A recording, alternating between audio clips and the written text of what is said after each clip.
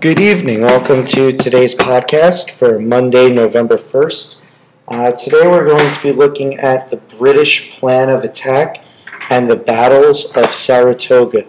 Notice there's an S after the battles of Saratoga because we put a bunch of battles all together into one, calling it the battles of Saratoga. So you'll hear about a couple different things that took place, but they're all under this category. Next slide. So Britain's strategy, strategy, that's a vocabulary word. Strategy means an overall plan of action. So whatever your strategy might be, it's the plan to accomplish what you want. That's your strategy. So their strategy was to control the Hudson River so they could blockade New England from the rest of the country.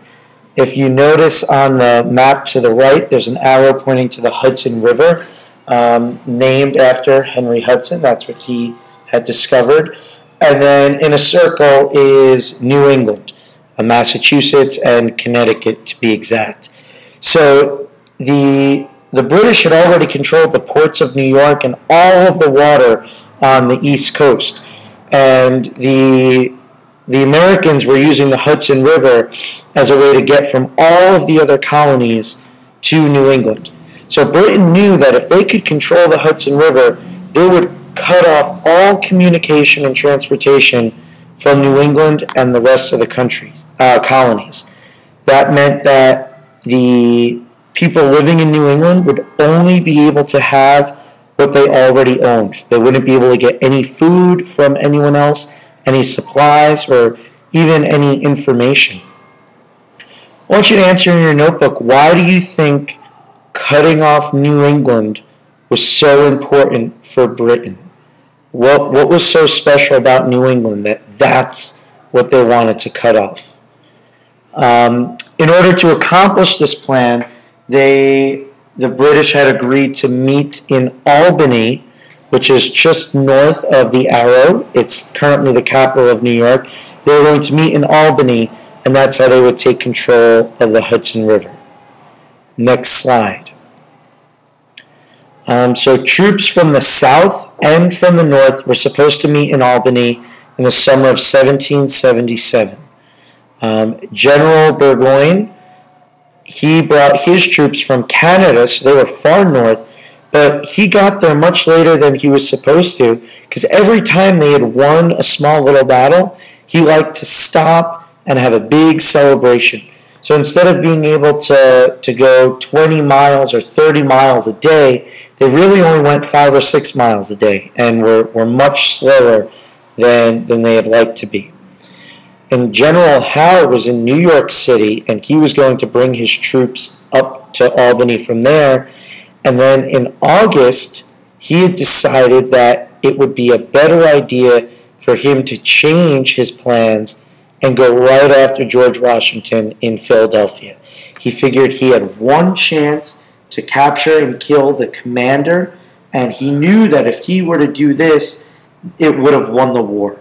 So instead of following their strategy, he decided to just go for it. Ultimately, they do take over Philadelphia and win that battle, but George Washington and his army were able to escape. Next slide. Then Colonel St. Leger was supposed to meet in Albany. He was the third group that was supposed to meet them, but he was defeated by a small American army in upstate New York near Saratoga and Fort Ticonderoga. So he never even made it. They retreated and went back. Finally, Burgoyne's army gets there to Albany, but instead of being met by two other big groups of people, they end up being alone. And when they get there, there was a powerful army led by General Horatio Gates and Benedict Arnold. And they drive Burgoyne's army from Albany all the way to Saratoga. And when they get to Saratoga, the Americans surround them and just start firing day and night, destroying everything they could. And finally, Burgoyne realizes that they have no chance of winning, and they surrender. And from that battle, the Americans were able to get a ton of supplies, and this was a huge victory because they had defeated a big army. And they had proved to the rest of the world that, they're pretty good. Next slide. There are a couple of effects of the Battle of Saratoga, or the battles of Saratoga. The first is that Benedict Arnold, who is one of the best leaders, was shot in battle and has a badly wounded leg, so much so that he can barely walk. He needs a cane to get around. And while he's there, he actually meets a woman and falls in love with her, but that woman was a British loyalist. And eventually she convinces him that Congress, the Continental Congress, didn't appreciate all that Benedict Arnold was doing for his country, and that he should consider switching sides and serving for Britain. And he becomes a traitor. And a traitor is someone who switches sides or allegiances. He was, up until this point, one of the best generals we had. And to this day, if you call someone a Benedict Arnold, it means that they are a traitor. So if someone betrays you or switches sides, sometimes they'll say, "Hey, why are you being a Benedict Arnold?" And that came from this guy, Benedict Arnold. The biggest effect, however, is that the Americans finally proved to the other European nations that they have a chance to beat Britain. Up until this point, people thought, oh yeah, they're putting up a good fight, or oh yeah, they've won a couple of battles, but they won't be able to win a big one, especially one without George Washington. And so that's why this battle that didn't involve George Washington was such a big deal. Next slide. Because of this battle, King Louis XVI formally recognizes the independence of the United States. So remember, we had seen ourselves as independent since July 2nd of 1776. Now, 2 years later, in 1778, France signs 2 treaties of alliance with the U.S. and says, we recognize you as your own countries. In your notebook, I want you to answer what a treaty of alliance is. There's some older vocabulary words.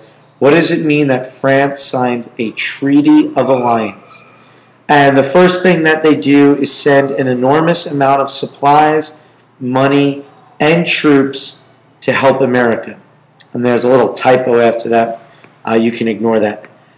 So as soon as they join the war, they immediately send aid to the Americans. Next slide. Your final assignment for today, as you have read, the French decided to help the Americans after they won the Battle of Saratoga. If you were the king or queen of France, would you have done the same thing? Maybe you would have helped before this. Maybe you would have said, you know what, this isn't our war, we're not going to get involved, and you wouldn't have helped at all. Using the website that I showed you earlier and that I've linked to on the helpful links, I want you to share your answer and explain why. If you would rather do it on binder paper, you may.